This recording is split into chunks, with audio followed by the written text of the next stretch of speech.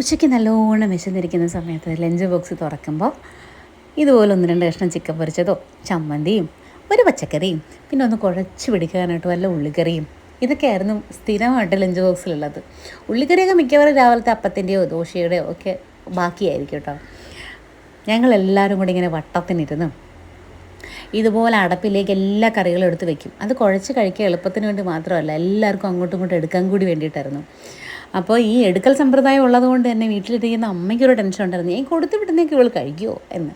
So എന്ത് ചെയ്യുമെന്നറിയോ, ഈ ചിക്കനിലേക്ക് ഒരു പ്രത്യേകതരം മുരിയിടും. തേങ്ങയൊക്കെ വറുത്തിട്ട് നല്ല ടേസ്റ്റിലൊരു മുരി ഉണ്ടാവും.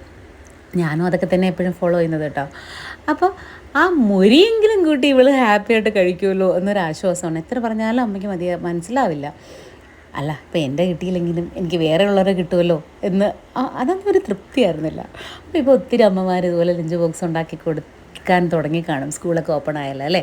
അപ്പോൾ നമുക്ക് നമ്മുടെ ലഞ്ച് ബോക്സ് സീരീസുമായിട്ട് ഇനിയും വരുന്ന വീഡിയോസിലൊക്കെ കാണാം. Tata, take care, by.